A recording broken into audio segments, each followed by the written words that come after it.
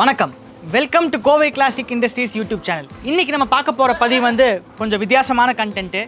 நம்ம இப்போ வந்திருக்க பண்ணை வந்துட்டு ஒரு ஒருங்கிணைந்த பண்ணை. இங்கே என்னெல்லாம் இருக்குது அப்படின்னா, ஒரு ஆடு இருக்குது, மாடு இருக்குது, அதுக்கப்புறம் கோழி இருக்குது. ஸோ இந்த ஒருங்கிணைந்த பண்ணை எல்லாத்தையுமே ஒரே ஒரு அக்கா தான் மேனேஜ் பண்ணுறாங்க. இதை எப்படி மேனேஜ் பண்ணுறாங்க அப்படின்னா, நம்ம கோவை கிளாசிக் இண்டஸ்ட்ரீஸோட சாஃப் கட்டர் ஒன்று வச்சுருக்காங்க, நம்ம வர்ஷா ப்ரஷ் கட்டர் ஒன்று வச்சுருக்காங்க. ரெண்டு இயந்திரம் வச்சு இந்த மொத்த ஒருங்கிணைந்த பண்ணைக்கும் அவங்க தீவனம் போடுறாங்க, தீவன செலவை கம்மி பண்ணுறாங்க. நம்ம மிஷின் எப்படி இருக்குது, பர்ஃபார்மன்ஸ் எப்படி இருக்குங்கிறது அந்த அக்காவையே நம்ம கேட்டு தெரிஞ்சுக்கலாம்.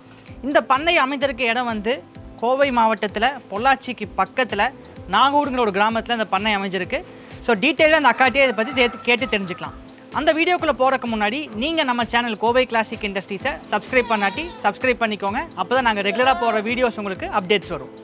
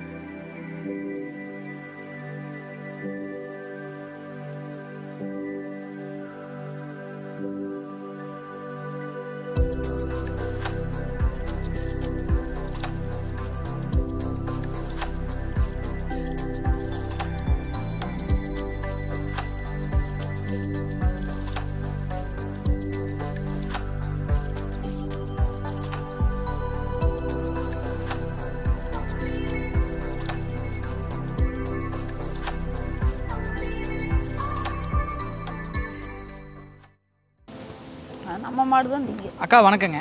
சரி, நம்ம பேருங்க, இந்த பண்ணை எங்கே அமைஞ்சிருக்குங்க? என் பேர் ஈஸ்வரிங்க. சரிங்க.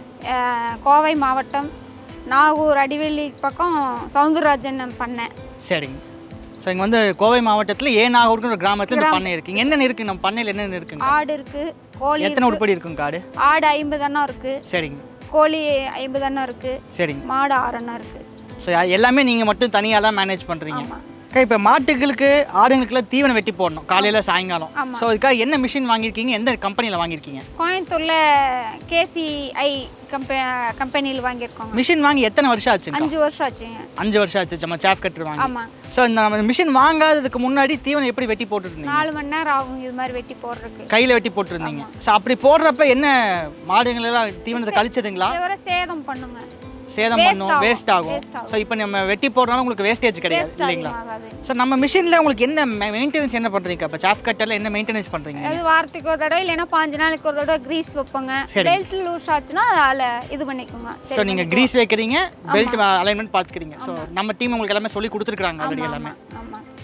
ஸோ இந்த அக்கா சொல்கிறத வச்சு நம்ம இன்றைக்கி இருக்க இந்த பண்ணையில் ஆடு இருக்குது, மாடு இருக்குது, கோழி இருக்குது. மொத்த ஒருங்கிணைந்த பண்ணையில் KCIயோட ஒரே ஒரு மிஷின் சாஃப் கட்டர் மட்டும் வச்சுட்டு எல்லா மாடு ஆடு கோழிகளுக்கு தீவனம் வெட்டி போடுறாங்க.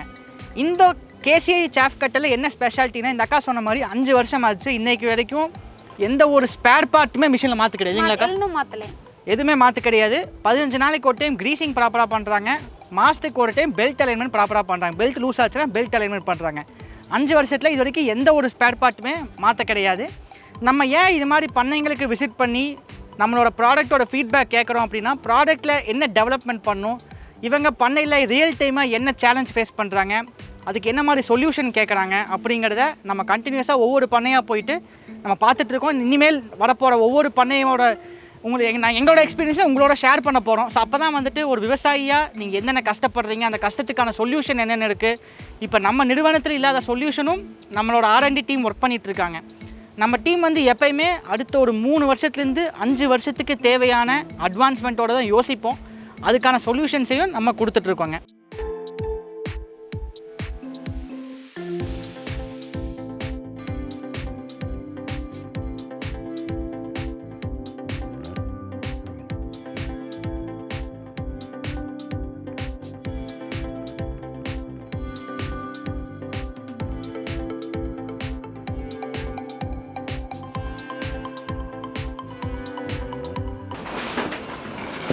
அக்கா ஒரு நாளைக்கு எத்தனை டைம் தீவனம் போடுறீங்கக்கா? 2 டைம். 2 டைமுங்க.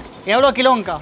ஒரு ஆட்டுக்கு 3 கிலோ வீதம். காலையில் 75 கிலோ, சாயந்தரம் 75. இங்கே எவ்வளோ ஆட்டுக்குட்டி இருக்குது நம்ம? 50 தானே இருக்குது. 50 தானே இருக்குங்க. மிஷின் எத்தனை நேரம் ஓட்டுறீங்க? நம்ம சாஃப் கட்டர் காலையில் எத்தனை நேரம் ஓட்டுறீங்க? காலையில் 15 நிமிஷம், சாயந்தரம் 15 நிமிஷம். ஸோ இந்த மிஷின் நம்ம வாங்காததுக்கு முன்னாடி நீங்கள் கையில் வெட்டி போட்டு எத்தனை நேரம் ஆகுங்க? இது இத்தனை இதுக்கு வெட்டி போடுறதுக்கு 4 hour, 4 மணி நேரம். 4 மணி நேரம் ஆகும். ஸோ 4 மணி நேரம் கையில் வெட்டி போட்டதை இன்னைக்கு காலையில் ஒரு 15 நிமிஷம், சாயங்காலம் ஒரு 15 நிமிஷம் இந்த அக்கா மட்டுமே தனியாக வெட்டி இந்த மொத்த ஒருங்கிணைந்த பண்ணைக்குமே தீவனம் போடுறாங்க. ஆட்டுக்குட்டிக்கு போடுறாங்க, மாட்டுக்கு போடுறாங்க, கோழிகளுக்கும் போடுறாங்க.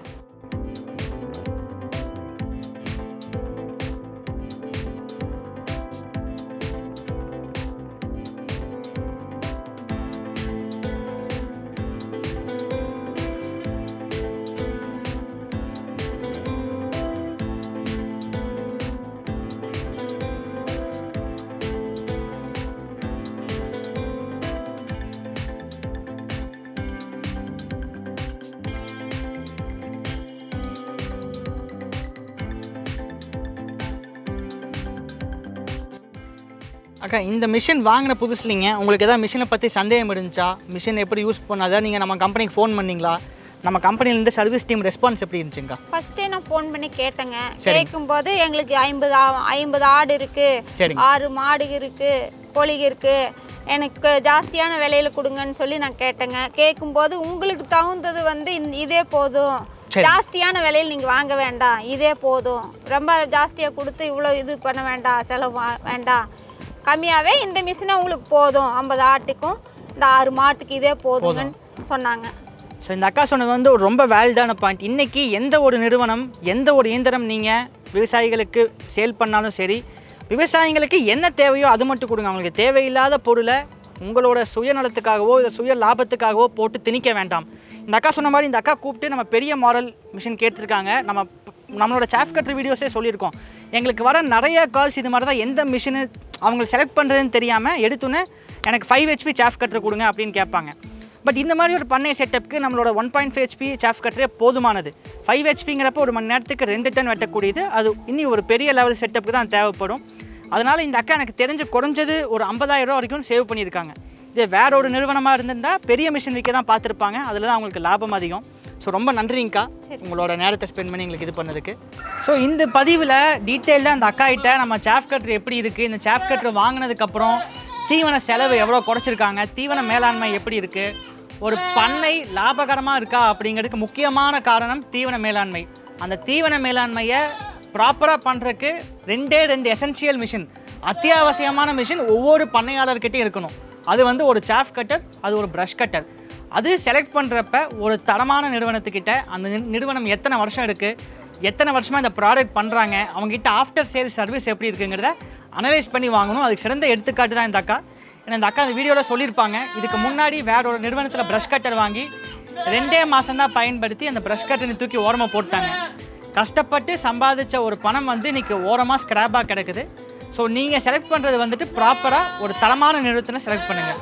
இந்த வீடியோ பார்த்துருக்க நீங்கள் நம்ம மிஷினரி வாங்கணும் அப்படின்னு நினச்சிங்கன்னா கீழே சேல்ஸ் டீமோட கான்டாக்ட் நம்பர் கொடுத்துருக்கோம். அவங்களுக்கு ஃபோன் பண்ணி நீங்கள் ஆர்டர் பண்ணிங்கன்னா ஆல் ஓவர் இந்தியா நீங்கள் எங்கே இருந்தாலும் நம்ம மிஷின் உங்களுக்கு நம்ம பார்சல் சர்வீஸில் 2 பே பேசிஸில் உங்களுக்கு புக் பண்ணி கொடுப்போம். வாழ்க பாரதம், வாழ்க விவசாயம்.